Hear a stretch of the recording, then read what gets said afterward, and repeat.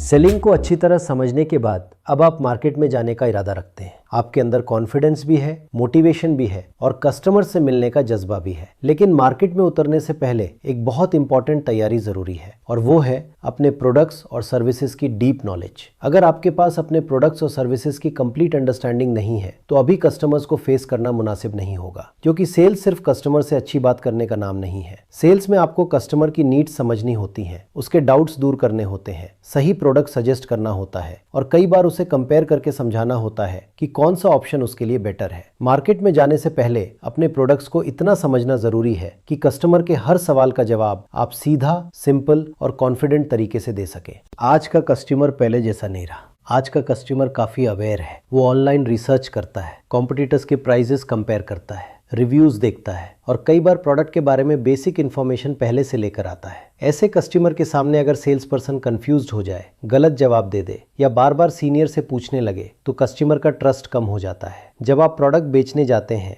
तो याद रखिए, आप उस प्रोडक्ट के रिप्रेजेंटेटिव हैं। कस्टमर की नज़र में आप अथॉरिटी हैं। उसे ये उम्मीद होती है कि आपको प्रोडक्ट की पूरी नॉलेज होगी, इसलिए आपको अपने कस्टमर से ज़्यादा इन्फॉर्म्ड, प्रिपेयर्ड और क्लियर होना चाहिए। कस्टमर आपसे अलग अलग रीजन से सवाल करता है। कभी उसके दिल में डाउट्स होते हैं, कभी वो प्रोडक्ट को बेटर समझना चाहता है, कभी वो प्राइस कंपेयर कर रहा होता है, कभी वो क्वालिटी के बारे में श्योर होना चाहता है, कभी वो डिलीवरी टाइम जानना चाहता है, कभी वो ये चेक कर रहा होता है कि आप सच में प्रोडक्ट जानते हैं या सिर्फ बेचने आए हैं, और कभी कभी कस्टमर सिर्फ आपको टेस्ट करता है। ऐसे में आपका हर जवाब सोच समझकर क्लियर और कॉन्फिडेंट होना चाहिए। लेकिन कॉन्फिडेंस सिर्फ बोलने से नहीं आता, कॉन्फिडेंस नॉलेज से आता है। जब आपको खुद अपने प्रोडक्ट्स की पूरी मालूमात होगी तभी आपका जवाब नेचुरल, स्ट्रॉन्ग और प्रोफेशनल लगेगा। इसी प्रोडक्ट नॉलेज को ऑर्गेनाइज करने के लिए प्रोडक्ट इन्वेंट्री पर काम किया जाता है। प्रोडक्ट इन्वेंट्री का मतलब है कंपनी के सारे प्रोडक्ट्स और सर्विसेज की एक कंप्लीट लिस्ट बनाना और उनकी ज़रूरी डिटेल्स को एक जगह नोट करना। इसे आप प्रोडक्ट इन्वेंट्री मास्टर शीट भी कह सकते हैं। ये master sheet Google sheet, Excel sheet, Notion, CRM,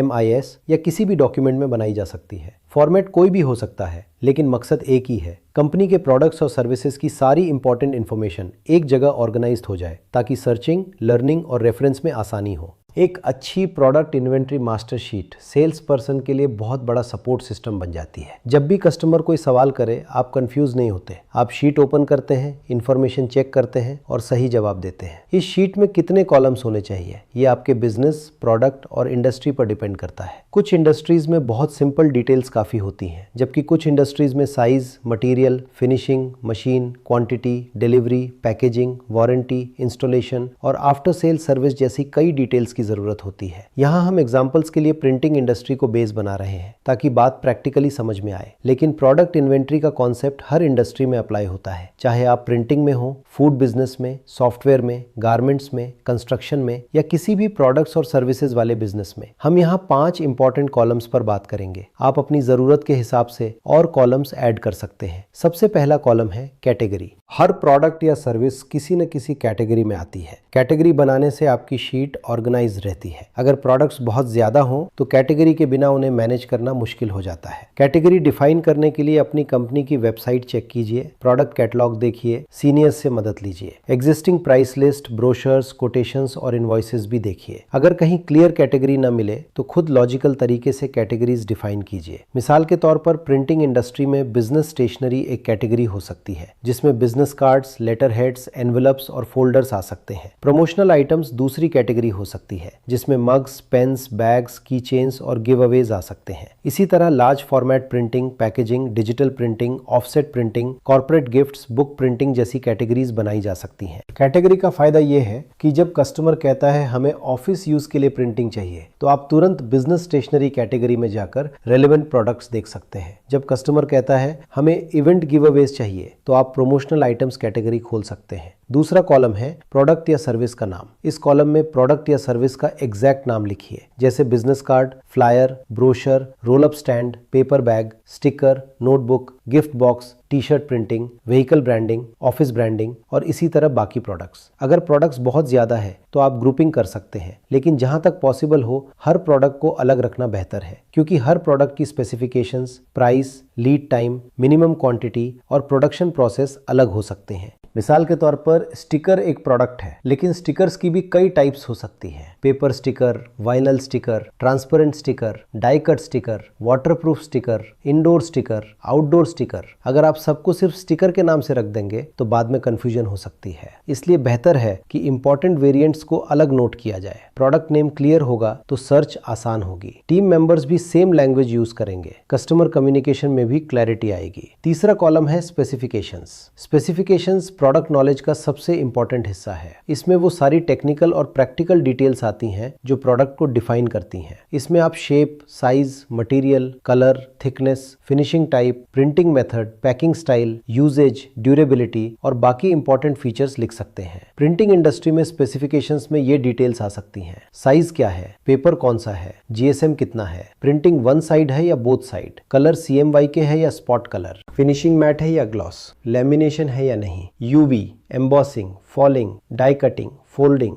binding, punching, stitching, pasting जैसी फिनिशिंग रिक्वायर्ड है या नहीं, प्रोडक्ट इंडोर यूज के लिए है या आउटडोर यूज के लिए, मटेरियल वाटरप्रूफ है या नहीं, अर्जेंट प्रोडक्शन पॉसिबल है या नहीं। यहाँ एक बात बहुत इंपॉर्टेंट है, स्पेक्स में छोटी सी चेंज भी प्रोडक्ट का नया वेरिएंट बना सकती है और जब वेरिएंट बदलता है तो प्राइस, प्रोडक्शन टाइम और प्रोसेस भी बदल सकते हैं। मिसाल के तौर पर एक बिजनेस कार्ड 300 ग्राम प्रति वर्ग मीटर पेपर पर नॉर्मल प्रिंटिंग के साथ हो सकता है। वही बिजनेस कार्ड 400 ग्राम प्रति वर्ग मीटर पेपर पर मैट लैमिनेशन, स्पॉट यूवी और राउंडेड कॉर्नर्स के साथ हो तो उसका कॉस्ट और प्राइस दोनों अलग होंगे। इसी तरह फ्लायर अगर A5 साइज में है तो प्राइस अलग होगी, A4 साइज में है तो प्राइस अलग होगी। वन साइड प्रिंटिंग और बोथ साइड प्रिंटिंग में डिफरेंस होगा, नॉर्मल कटिंग और डाई कटिंग में डिफरेंस होगा। इसलिए सेल्स पर्सन को स्पेसिफिकेशन समझनी चाहिए। अगर स्पेक्स क्लियर नहीं होंगी तो कोटेशन गलत हो सकती है। गलत कोटेशन से कंपनी को लॉस भी हो सकता है और कस्टमर के साथ मिसअंडरस्टैंडिंग भी हो सकती है। चौथा कॉलम है लीड टाइम। लीड टाइम का मतलब है प्रोडक्ट डिलीवर होने में नॉर्मली कितना टाइम लगता है। हर सेल्स पर्सन को यह मालूम होना चाहिए कि कौन सा प्रोडक्ट सेम डे मिल सकता है, कौन सा नेक्स्ट डे, कौन सा 3 से 5 डेज लेता है और कौन सा प्रोडक्ट 7 से 10 डेज या उससे ज्यादा टाइम ले सकता है। लीड टाइम सिर्फ डिलीवरी प्रॉमिस नहीं है, ये कस्टमर एक्सपेक्टेशन मैनेजमेंट का हिस्सा है। अगर आप कस्टमर को गलत डिलीवरी टाइम बता देंगे तो बाद में प्रेशर बढ़ेगा, प्रोडक्शन टीम परेशान होगी, कस्टमर नाराज होगा और आपकी क्रेडिबिलिटी कम होगी। इस कॉलम में 2 चीजें जरूर लिखिए, normal lead time, urgent lead time. Normal lead time बताता है कि रेगुलर प्रोसेस में प्रोडक्ट कितने टाइम में डिलीवर होगा। अर्जेंट लीड टाइम बताता है कि अगर कस्टमर को जल्दी चाहिए तो क्या पॉसिबल है, कितने टाइम में पॉसिबल है और क्या एक्स्ट्रा चार्ज लगेगा। मिसाल के तौर पर कोई प्रोडक्ट नॉर्मली 3 से 5 डेज में डिलीवर होता है लेकिन अर्जेंट ऑर्डर में 24 आवर्स में पॉसिबल है, तो आपको यह भी नोट करना चाहिए कि अर्जेंट प्रोडक्शन के लिए एक्स्ट्रा कॉस्ट, लिमिटेड क्वांटिटी या स्पेसिफिक कंडीशंस लागू होंगी। लीड टाइम में यह भी नोट करें कि डिजाइन अप्रूवल के बाद टाइम काउंट होगा या ऑर्डर कंफर्मेशन के बाद। कई बार कस्टमर डिजाइन देर से अप्रूव करता है फिर डिलीवरी जल्दी मांगता है, इसलिए सेल्स पर्सन को यह बात पहले से क्लियर करनी चाहिए। Delivery time starts after final artwork approval. 5वां कॉलम है प्राइस रेंज। हर प्रोडक्ट के लिए अप्रोक्सीमेट प्राइस रेंज लिखना बहुत यूजफुल होता है। इससे कस्टमर को इनिशियल प्राइस आइडिया देने में हेल्प मिलती है। हर बार एग्जैक्ट कोटेशन बनाना पॉसिबल नहीं होता, खासकर फर्स्ट मीटिंग या इनिशियल डिस्कशन में। लेकिन अगर आपके पास प्राइस रेंज होगी तो आप कस्टमर को कॉन्फिडेंटली बता सकते हैं कि इस तरह का प्रोडक्ट नॉर्मली इस रेंज में आता है। फाइनल प्राइस क्वांटिटी और स्पेसिफिकेशंस पर डिपेंड करेगी। प्राइस रेंज का मतलब एग्जैक्ट प्राइस नहीं है, ये एक गाइडेंस है। प्राइस रेंज से सेल्स पर्सन को प्रोडक्ट कंपेयर करने में भी आसानी होती है। जब कस्टमर बजट बताता है तो आप उसके बजट के हिसाब से ऑप्शन सजेस्ट कर सकते हैं। अगर कस्टमर प्रीमियम क्वालिटी चाहता है तो आप बेटर मटेरियल और फिनिशिंग सजेस्ट कर सकते हैं। अगर कस्टमर प्राइस सेंसिटिव है तो आप इकोनॉमिकल ऑप्शन रिकमेंड कर सकते हैं। लेकिन यहाँ एक सावधानी जरूरी है, प्राइस रेंज को फाइनल कमिटमेंट की तरह नहीं बोलना चाहिए। कस्टमर को हमेशा ये बताइए कि final price quantity, material, size, finishing, art work, delivery requirement और करंट कॉस्ट पर डिपेंड करेगी। इन 5 कॉलम्स के अलावा आप एक और कॉलम जरूर रख सकते हैं, नोट्स। नोट्स कॉलम बहुत यूजफुल होता है क्योंकि हर प्रोडक्ट की कुछ एक्स्ट्रा इन्फॉर्मेशन होती है जो मेन कॉलम्स में फिट नहीं होती। नोट्स में आप प्रोसेस,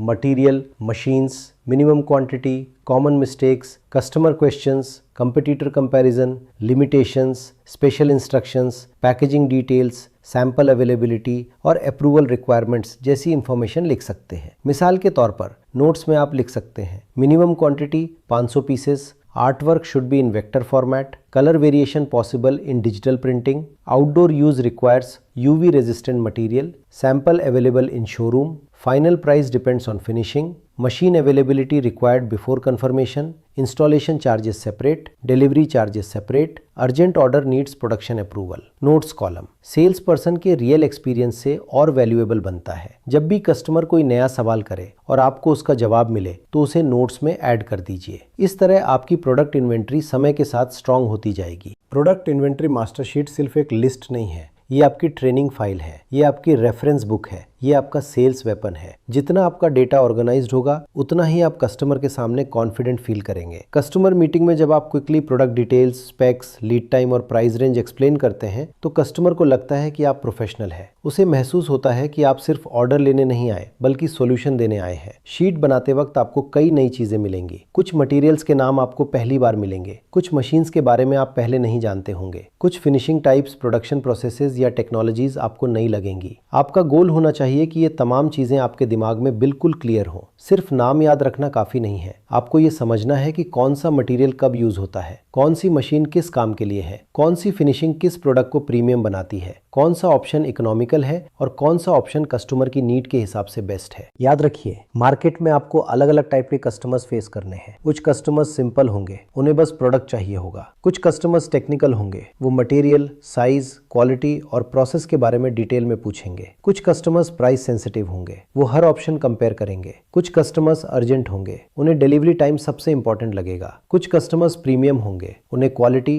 फिनिशिंग और प्रेजेंटेशन चाहिए होगी। और कुछ कस्टमर्स ऐसे होंगे जो आपकी नॉलेज टेस्ट करेंगे। अगर आप प्रोडक्ट्स में एक्सपर्ट नहीं हुए तो हर तरह के कस्टमर के साथ मुश्किलें बढ़ती जाएंगी। लेकिन अगर आपकी प्रोडक्ट इन्वेंट्री स्ट्रांग है और आपकी प्रोडक्ट नॉलेज क्लियर है तो आप हर कस्टमर को उसके हिसाब से हैंडल कर सकेंगे। इसलिए मार्केट में जाने से पहले अपनी प्रोडक्ट इन्वेंट्री मास्टर शीट बनाइए। प्रोडक्ट्स को कैटेगरीज में ऑर्गेनाइज कीजिए। हर प्रोडक्ट का नाम, specifications, lead time, price range और नोट्स लिखिए। सीनियर से पूछिए, प्रोडक्शन टीम से सीखिए, सैंपल्स देखिए, वेबसाइट चेक कीजिए, पुराने कोटेशंस पढ़िए और कस्टमर क्वेश्चंस को नोट करते जाइए। ये काम एक दिन में कंप्लीट नहीं होगा। प्रोडक्ट नॉलेज धीरे धीरे बिल्ड होती है, लेकिन शुरुआत जरूर करनी है। हर दिन कुछ प्रोडक्ट सीखिए, हर दिन कुछ स्पेसिफिकेशन समझिए, हर दिन कुछ प्राइजेस कंपेयर कीजिए, हर दिन प्रोडक्शन प्रोसेस को थोड़ा बेहतर समझिए और धीरे धीरे आप एक नॉर्मल सेल्स पर्सन से नॉलेजेबल सेल्स पर्सन बन जाएंगे। नॉलेजेबल सेल्स पर्सन कस्टमर के सामने सिर्फ बोलता नहीं, गाइड करता है। वो सिर्फ प्रोडक्ट नहीं बेचता, सही सॉल्यूशन रिकमेंड करता है। वो सिर्फ प्राइस नहीं बताता,